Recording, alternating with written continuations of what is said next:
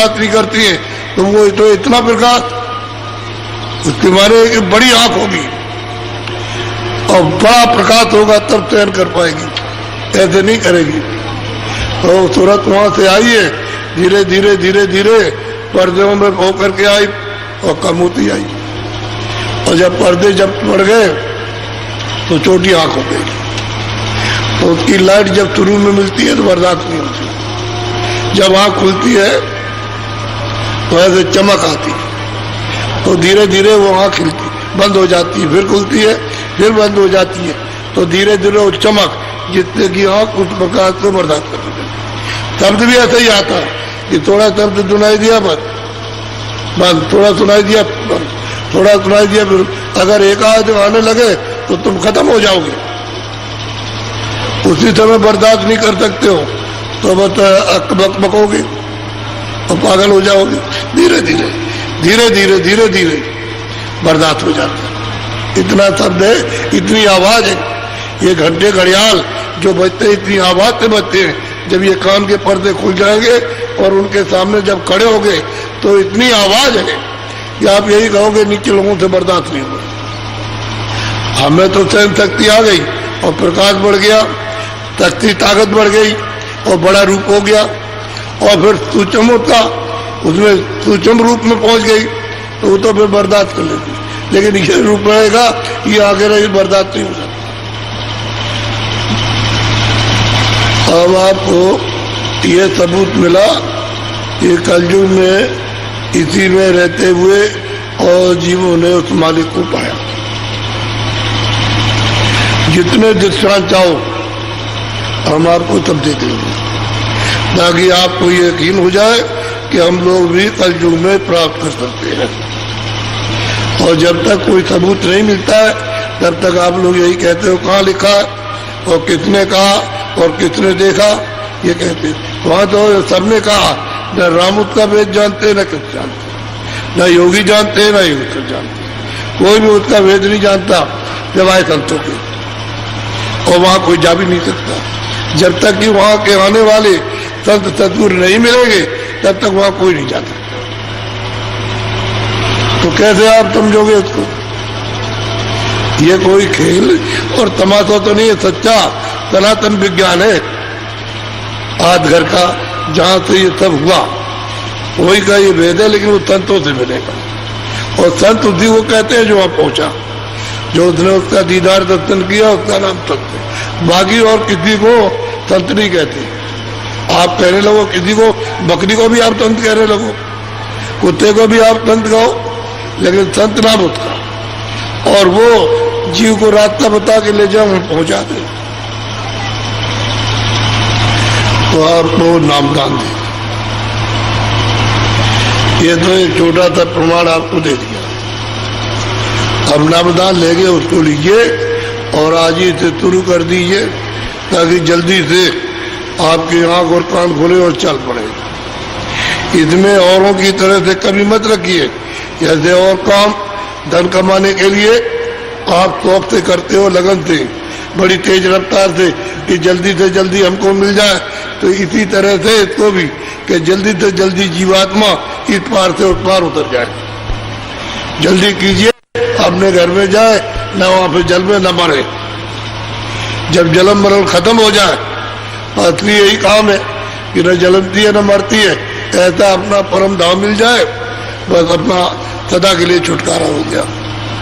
और नहीं जाते हो तो जल में मरो, 84 जाओ, नरक में जाओ, जल में मरो, जल में मरो, ये होता रहेगा और जीव वहां कभी नहीं पहुंच सकता। तो अब आपको नामदान दूंगा। उससे पहले आपको थोड़ा सा ध्यान रखना कि आपको शाकाहारी रहना। उसका मतलब यह है कि जितने मोटे महीन अनाज, सब्जी है, सूखे गीले फल और घी दूध, जितना चाहो आपको भूख लगे तो 20 बार खाओ दिन में, कोई मना नहीं। अच्छे कपड़े पहनो या मोटे कपड़े पहनो, आपकी मर्जी, या झोपड़ी में रहो या मकान बना के रहो, वो आपकी मर्जी। सीधा सीधा खाओ। इसमें कोई ऐसी बात नहीं जो आप कर नहीं सकते हो। मजदूरी करो, खेती करो, दुकान करो और दफ्तर का काम करो, ये छोड़ना नहीं। लेकिन वो काम कैसे करो कि जिसके देश में रहते हो और जिसका शरीर है और जिसके मतलब ये सामान, तो उसके देश में मेहनत और ईमानदारी से करो। मेहनत ईमानदारी से करोगे तो वो बरकत देगा। बरकत का मतलब है आशीर्वाद। आशीर्वाद का मतलब है दुआ देगा, तो फिर कमी नहीं पड़ेगी, बढ़ोतरी होगी। अनाज पूरा खाने को और सब्जी पूरी खाने को, और मतलब यह है कि शरीर सबका ठीक, बाल बच्चों का सबका निरोगी, वो बच्चे सब ठीक है, तो बरकत में हर तरह बढ़ोतरी। तो उसकी दुआ और आशीर्वाद तो लेते रहो और बरकत होती रहे, फिर ये परेशानी तो ना हो। जो आज हर आदमी घर में बीमार पड़ा हुआ, हर एक आदमी मतलब यह है कि कितना पैसा खर्च करता, परेशान होता और ठीक नहीं होता, और रोज उस मलबे को इकट्ठा करता है जिससे और बीमार हो जाए। ऐसा मत करो, सीधे शाकाहारी रहो। किसी बच्चे को, बच्ची को, पशु को, पंछी को, जल के जीव, थल के जीव, किसी को मारो मत। जो मार दिया जाएगा वो मुर्दा हो गया। जिसमें से जीवात्मा निकल गई मुर्दा हो गया, और मुर्दे को छूलोगे तो छुआछूत लग जाएगी। कपड़े धोगे, स्नान करोगे, घर को धोगे, घर के कपड़े धोगे, तो मुर्दे को छूने ही थे जब छूत लगती है, तो फिर क्या कहा जाए। तो इस मुर्दे को पका पुकू करके पेट में रख लोगे तो ये शमशान हो गया, क्योंकि शमशान में जलाया जाता है। तो इतना तो आपको सोचने बुद्धि से कि हमारा भोजन नहीं है। मुर्दे को जलाना ये हमारा भोजन नहीं है। मुर्दा मुर्दा ही होता, और वो सबको छूत लगी, चाहे हिंदू चाहे मुसलमान, कोई भी हो, नहाने के लिए जाएगा, कपड़े धोएगा। इसलिए ये काम मत करो और खूब खाओ पियो, और बाल बच्चों में रह करके दिन में काम किया, शाम को बच्चों की सेवा करो। और हम आपको भी बताते हैं, तुम जो बताएंगे 1 घंटे सुबह, 1 घंटे शाम को, 2 घंटे अपना समय निकाल कर आप जो है भजन करो। और ये 22 घंटे जो मिलेंगे उसमें तो भी लो, काम भी कर लो। कोई आ गया सेवा करो, बच्चों की भी सेवा करो, सब कर लो, उसमें तब हो जाएगा। 2 घंटे जीवात्मा को जगाने के लिए, शुद्ध करने के लिए और अपनी आंख खोलने के लिए हमको दे दीजिए, और तुम्हारी आंख खुल जाएगी। तुम समय दोगे तुम्हारी आंख खुल जाएगी। हम तो कह रहे हैं ये आंख तुम्हारी खुल जाएगी, कान खुल जाएगा, तुम सुनने लगोगे। वेदवाणी, आकाशवाणी और ब्रह्मवाणी, ये अनहद धुनी सब सुनने लगोगे, सुन के चलोगे, पकड़ के चढ़ चलोगे तो सबका दर्शन होगा। रास्ते में जो भी है कोई बचेगा नहीं, सबका। अब तुम कहोगे नहीं हमसे नहीं होगा, तो ये तो थोड़ा सा तुमको बैठना ही चाहिए।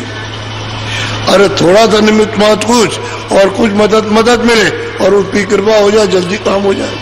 तो तुम मदद लेना नहीं चाहते, करना चाहते नहीं हो और दया मांगते नहीं हो, तो कैसे जीव कल्याण होगा। फिर तो ये सीधा 84 नरकों में जाएगा। मनुष्य शरीर तो इसको मिलना नहीं।